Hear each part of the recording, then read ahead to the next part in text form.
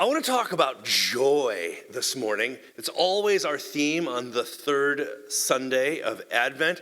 If you are following along, there's sermon outlines at the end of each row. If you're interested in such things, you can sort of pace us and how we're doing in the progress of these thoughts.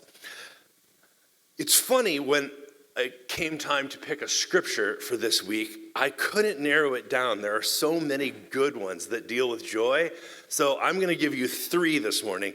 Here are three passages of scripture I want you to hear. The first is from our Christmas story in Luke chapter 2, verse 10. It says, "Do not be afraid, for behold, I bring you good news of great joy, which will be for all the people." 1 Peter 1:8 says, "Even though you do not see God now, you believe in God and rejoice with an indescribable and glorious joy." Calls back to an Old Testament passage in Nehemiah 8:10 that says, "The joy of the Lord is my strength." The joy of the Lord is my strength. Sometimes as humans, we're not great at tracking how things migrate and change, and we lose track of the thread and forget where things came from. And sometimes we have to be reminded that the source of something is a little different than its modern or contemporary manifestation. I see this in language all the time. For instance, just last week, I learned that the word helicopter, if you break it down into its root words, most people will say hella and copter. Ironically, neither of those is a root word. In fact, the actual root is from Greek, and it's helio and pte, ter, like a pterodactyl. It actually means like helix, helio, and wing. So it's a spiral wing. But it came through French. So from Greek, it went to French, and that's where it became helicopter. So that's why when it comes into English, we think hella and copter. But that's not right. Actually, the source is way over here, and it's sort of blinded to us because it has come through so many translations. And our Christmas traditions are often like this. For instance, a lot of people don't realize that holidays, we used to call them the holidays, is a migration of what used to be holy days. And that almost all of our modern holidays are rooted in holy days. But we lose track of it because nowadays in a consumer society, most of our holidays only revolve around eating, drinking way too much, and buying stuff we don't need. Almost all our holidays come down to that. I remember when I first saw advertisements for like Columbus Day sales. I'm like, well, that seems weird, and Veterans Day sales and Memorial Day sales. And in America, holidays have migrated, and now it's just eating too much, drinking way too much, and buying stuff you don't need. Basically, that's what holidays are. And that's a migration, and you can see why it's easy to lose track of how it actually has its source in something else.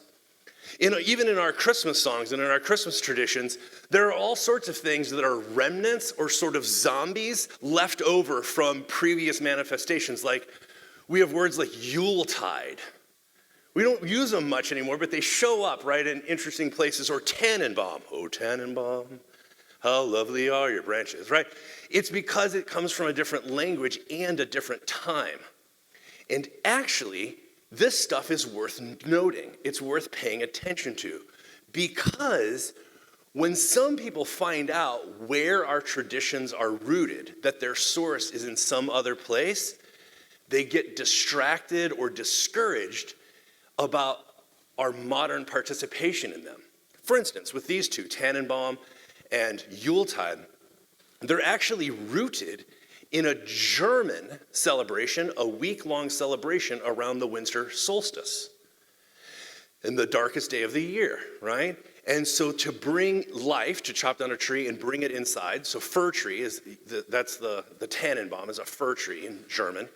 To bring that inside is to bring in and welcome in this life. And it was actually a celebration because the orchards, the fruit trees, were barren during the winter, and this was a way of, it's almost like a pagan style of prayer for a bountiful harvest the next year, was to participate in this Tannenbaum, and the Yuletide celebration.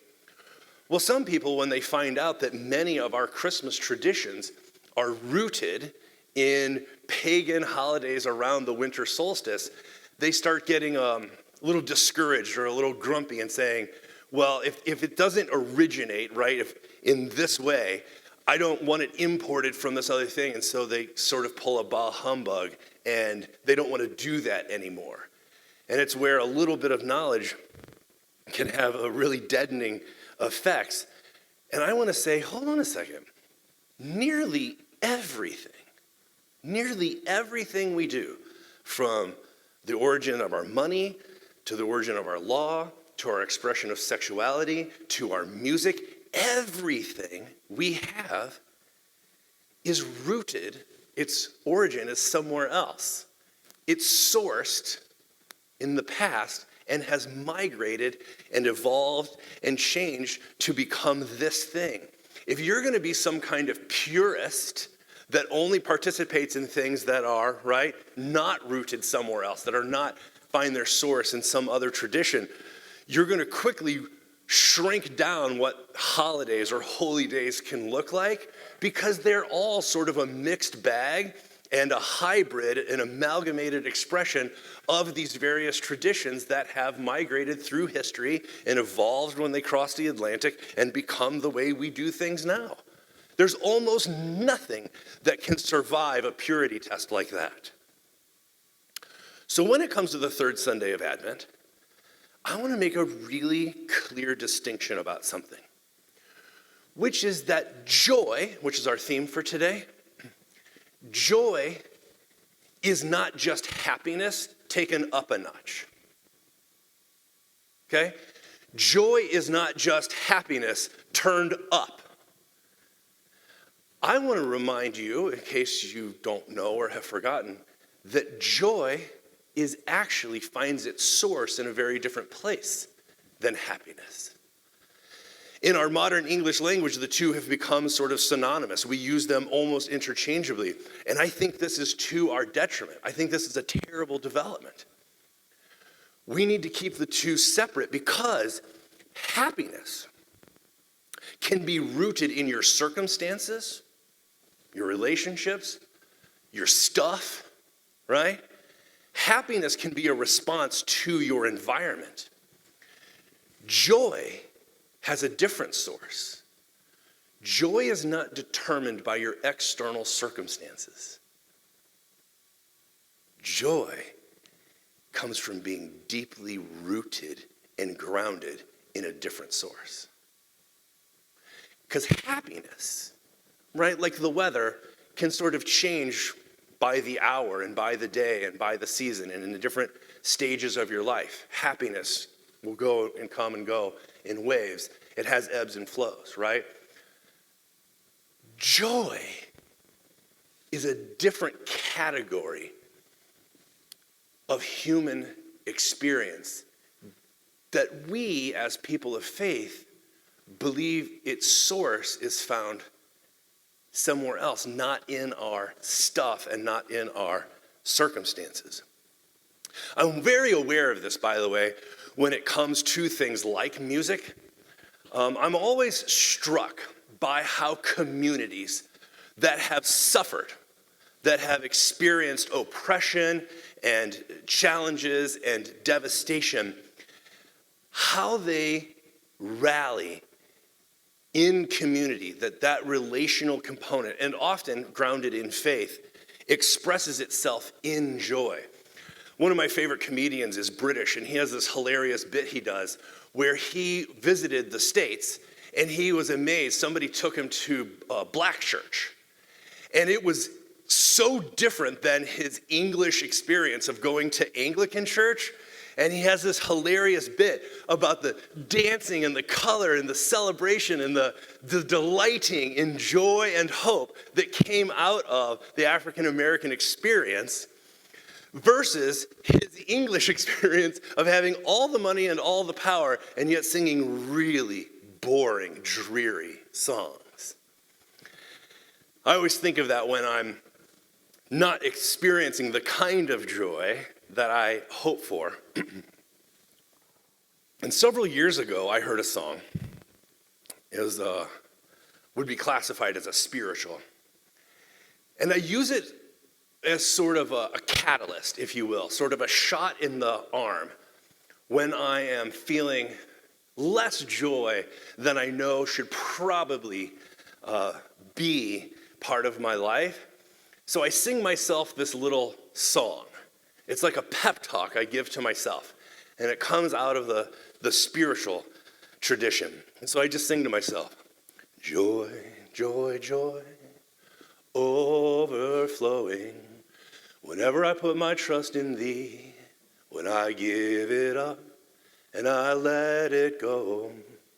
Like a child I believe, you know what's best for me, and the joy that comes washing over me. For if your eye is on the sparrow, then I know you're watching over me. And if you hung every star so high up in the sky, then I know you can take good care of me. Joy, joy, joy, overflowing. Thank you, Brenda. I appreciate one person got on board with me there. But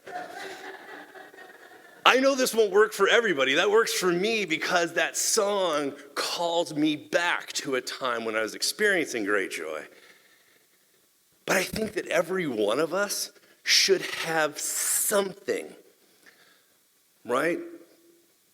Like a diabetic has an insulin pin, or somebody who's allergic to bees, right, we should carry something with us to remind us. It's sort of a self-check, a litmus test that says, am I living into the joy that I'm called to and that is available to me as a child of God? Am I living in that kind of a joy? Here's why it matters to me. During the pandemic, when people were stuck at home and they just we were all stuck in our own houses and we just looked at our stuff all the time, a TV show took off and got really popular. And in the show, what you did is you were decluttering all your stuff. And this woman from a different culture, she taught us to pick up an object and to ask, does it spark joy? And there's a part of me that likes the experiment because we're so tied to our stuff and how it makes us feel that I love the impetus. I love it. But I'm sort of hoping something is lost in translation because as a Christian, as a person of faith, our happiness, our joy can't come from stuff or even from other people.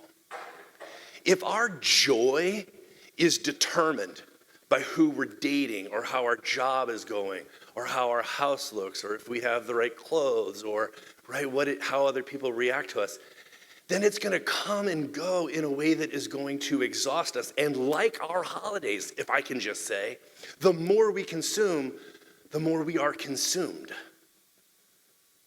This is the problem with a consumer society, is the more you consume, the more your essence, the being that makes you so unique in the world, is itself consumed. It's why consumerism cannot be the worldwide religion. There has to be something deeper, there has to be something better, and there has to be something higher than stuff and how it makes you feel. So I don't want to hold an object and ask if it sparks joy. I'm hoping that's lost in translation. If you hold stuff and ask, does it make me happy? I can go with that. But I have to insist on this third Sunday in Advent, joy is not just happiness turned up. Joy is a different category of human experience, and it is rooted in something much deeper. So as the youth come to play us a song on the bells,